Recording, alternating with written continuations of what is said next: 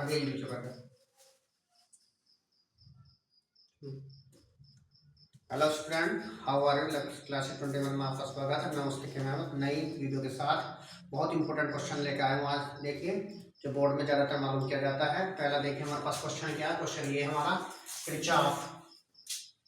Kirchhoff के नियम लिखिए। इसमें कह रहा है किरचॉफ के नियम लिखिए तथा इनकी सहायता से वेस्टर्न सेतु की शर्त P/Q बराबर R/S को स्थापित कीजिए।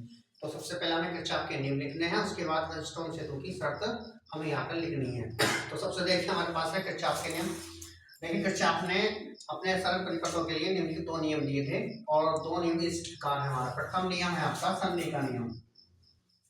संधि का नियम, प्रथम नियम हमारे पास क्या है? संधि का नियम। इसे कहते हैं प्रथम नियम हमारा संधि का नियम है। तो इसमें जब वैद्युत परिपथ में किसी भी संधि पर मिलने वाली समस्त धाराओं का बीजगणितीय योग शून्य होता है। क्या कहता है हमारे पास पहला नियम कि वैद्युत परिपथ में किसी भी संधि पर मिलने वाली समस्त धाराओं का बीजगणितीय योग शून्य होता है, अर्थात सिग्मा आई बराबर 0। क्या हमारे पास? सिग्मा आई बराबर इक्वल टू 0।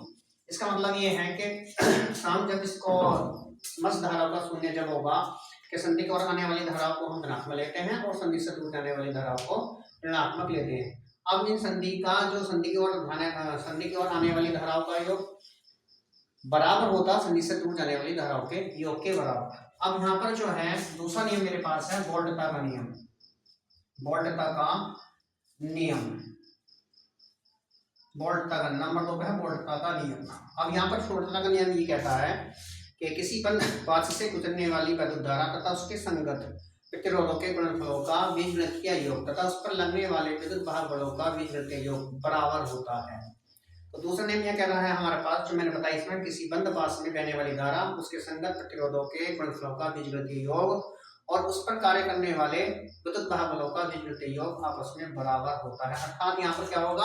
अर्थात सिग्मा आई आर बराबर सिग्मा ई की होता है। ये मेरा पर द्वितीय नियम हुआ आपका।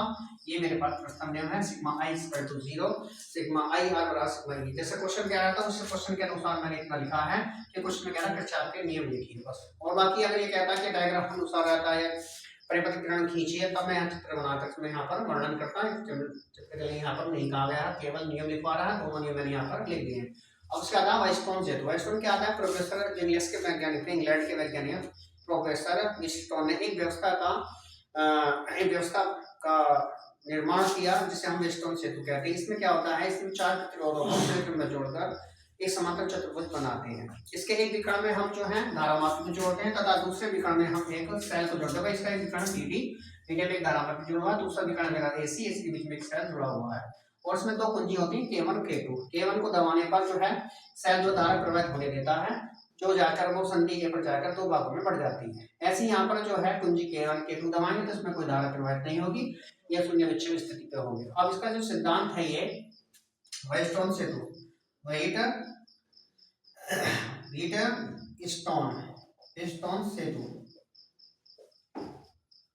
व्हीटस्टोन सेतु का सिद्धांत जो होता है वो होता है P/Q बराबर R/S।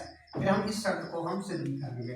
अब इस सिद्धांत क्या है कि इस चतुर्भुज के मिलने वाली किन्हीं अन्य यानी कि इसमें ये कंडीशन आ जाती है हमारे कि इसकी दो संलग्न भुजाओं के प्रतिरोधों का अनुपात अन्य दो संलग्न भुजाओं के प्रतिरोध का अनुपात क्या होता है? आपस में बराबर होता है। मान लीजिए जो हमारे पास जो प्रतिरोध PQR है तो उनका अनुपात हो गया P/Q बराबर R/S। तो दो भुजाओं का प्रतिरोध मेरे पास ये देखिए PQRS, ये मेरे पास देखिए PQRS है मेरे पास एक। तो इन दोनों भुजाओं का अनुपात P/Q बराबर होता है R/S। इन दोनों भुजाओं का अनुपात इन दोनों भुजाओं के आपस में बराबर है। तो अब इसकी शर्त निकालना है। इसमें क्या है, हमने सबसे पहले हम यहाँ कुंजी K1 को दबाएंगे और कुंजी K1 को दबाने पर सेल जो धारा देगा आपकी आई, ये धारा आई जा रही है, इसमें प्रवाहित होने लगेगी और एक संधि A पर जाकर एक दो भागों बटी I1 और I2 में। क्या हुआ? हमने कुंजी K1 को दबाया, सेल ने धारा दे दी, हमारी सेल से धारा आई गई है और संधि A पर जाकर दो भागों बटी I1 और I2। ठीक है। अब हमने इसमें देखिए इसमें क्या करेंगे, हम PQRS प्रतिरोधों ऐसे समायोजित करेंगे जिससे कि धारा मापी में कोई विक्षेप ना हो। कोई विक्षेप नहीं हुआ इसका मतलब यह हुआ कि धारा में यानी कि विकर्ण जो BD है इसके अंदर कोई धारा नहीं होगी, यानी शून्य धारा होगी इसमें। अब इसमें जो इसके बीच में विभवांतर भी शून्य होगा, जब धारा नहीं होगा विभवांतर उत्पन्न नहीं होगा। इसका मतलब ये हुआ जब भुजा AD में जो धारा है, AB में जो धारा I1 होगी तो वही धारा भुजा BC में भी होगी। ऐसे ही AD में जो धारा I2 है तो वही धारा हमारे पास BC में I2 होगी। जैसे मान लीजिए हमारे पास धारा इसमें I2 थी तो इसमें भी I2 हो गई। क्यों है? क्योंकि ये शून्य विक्षेप स्थिति में है, उसमें कोई धारा नहीं होने के कारण हमारे पास जो धारा हमारे पास भुजा AD में थी वही धारा हमारे पास BC भुजा में हुई होगी यहाँ पर। ऐसे यहाँ पर जो है AD भुजा में I2 है तो वही धारा हमारे पास जो AD में है वो DC में होगी, और ये आते हैं C पे मिलकर फिर पुनः I बन जाएगी आपकी। तो ये था इसमें। तो अब इसमें सबसे पहले इसमें दो पास बने हमारे, एक पास बन गया, बना गया, दूसरा पास है हमारे पास ये आपका। तो देखिए बंद पास हमारे पास क्या है, A B D A में किरचॉफ का वोल्टा नियम लगाने पर। तो हम A बंद पास हमारे पास,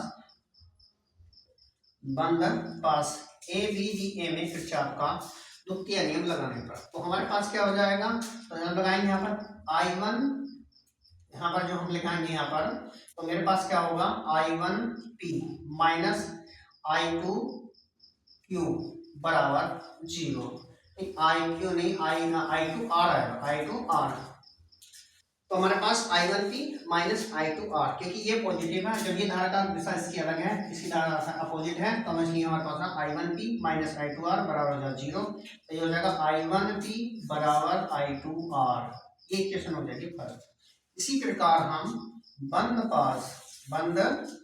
पास B C D B में किरचॉफ का द्वितीय नियम लगाने पर ऐसे यहाँ पर जो होगा तो ये हो जाएगा I1Q बराबर I1Q माइनस I2R, ये हो गया बराबर 0। तो ये हो जाएगा I1Q बराबर I2R, इक्वेशन हो जाएगी 2। अब इसमें क्या करेंगे, समीकरण 1 को समीकरण 2 से भाग देने पर, समीकरण 1 को समीकरण 2 से भाग करेंगे तो I1P बटे I1Q बराबर I2R बटे नहीं I2R बटे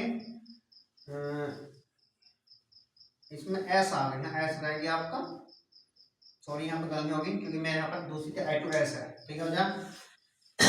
I2S हुआ आपका, I1 से I1 कैंसिल, I2 से I2 कैंसिल, तो मेरे पास क्या हुआ यहाँ पर, ये हो गया मेरे पास P बटे Q बराबर R बटे S। यही मुझे यहाँ पर सिद्ध करना था, ये मेरा P बटे Q कह रहा था आपका यहाँ पर, ये P बटे Q की शर्त हमें यहाँ सिद्ध करनी थी, P बटे Q बराबर R S।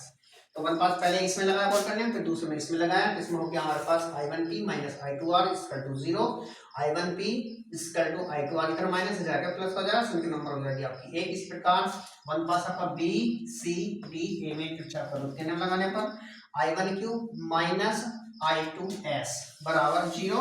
तो ये I1Q बराबर I2S समीकरण नंबर 2 होगी हमारे पास।